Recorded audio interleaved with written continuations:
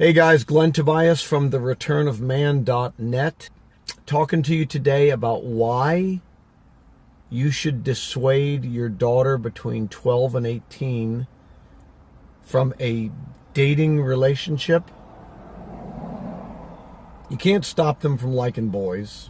They're going to do that, okay? That's normal. That's healthy. So you can teach your daughter it's not in her best interest to have a steady dating relationship right now. It's also very valuable to teach kids some restraint, to teach kids, we used to call it delayed gratification. That because you want something right now doesn't mean you have to have that thing. You're not going to die because you're pining away for some person and because you are concerned that they're going to run off with somebody else. You're going to miss them if you don't grab them right now. You can't, a 12-year-old, 13-year-old, they can't effectively follow through with that. And here's how it's relevant. Nobody likes the idea of what the old King James calls defrauding a person. And it specifically tells us not to defraud one another. Defrauding is I promise you something and then I don't follow through with it. Defrauding is not only explicitly promising you something, making a verbal specific promise, it can also be if I imply that you're going to get something, it's natural for you to infer that you're getting that something. What is that something we're talking about? We're talking about sex. And the union of two people that the action of intercourse creates. So where does dating come into this? You tell people, well, just don't have sex. That works for a few people. But here's the other problem to it. Guys, you might remember, especially maybe one of the first times you ever hung out with a girl that you thought was attractive, right? She could brush against your arm or brush against your leg, or some part of her body happen to brush against your arm. And when I say you felt it, you know what you didn't just feel it where she brushed against your arm. You felt it in a lot of places in your body. There's an electrical charge. But the problem is over time, and it doesn't take a lot of time, that becomes kind of, it's not enough. It's not exciting enough anymore. Now, if she does it with some frequency, you begin to infer this message, oh, she's trying to flirt with me, with her body. Now, let's say you start to date that girl, and this is what this story obviously can be told from the girl to the guy relationship or whichever direction.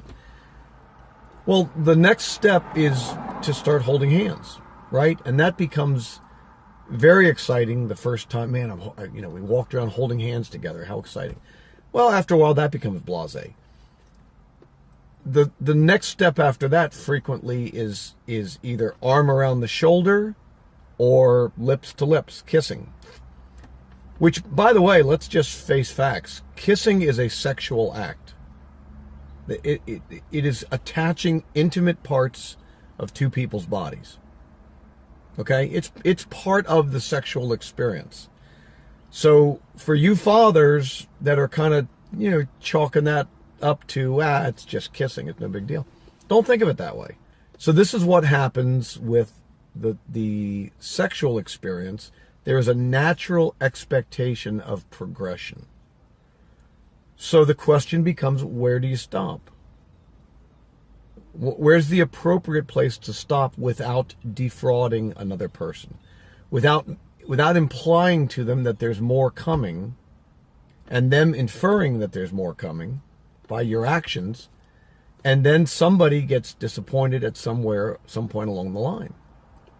So, the progression typically goes hand to hand, and either, arm to shoulder, then it goes arm to waist. Somewhere in there, lips to lips occurs. from arm to waist. It becomes, full frontal body to full frontal body. And you know where it's all going. But they're all naturally expected.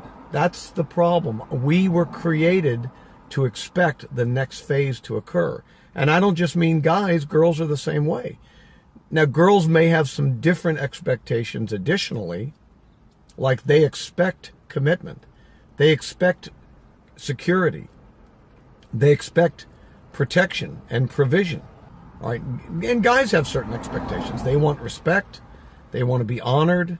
They want to be looked up to. They want to be admired. If a young man is not prepared, and or a young lady, if they're not prepared to support one another financially, if they are unprepared to make a long-term commitment, financially, emotionally, psychologically, in all these different ways, if they're not prepared for that, you're hurting them by letting them begin on that path. So have that talk with your kids. Help them understand this. It's a great basis for getting them to recognize, hey, not a good road to go down. All right. So, hey, this is Glenn Tobias for thereturnofman.net. Been good chatting with you, and we'll get back together soon. See you.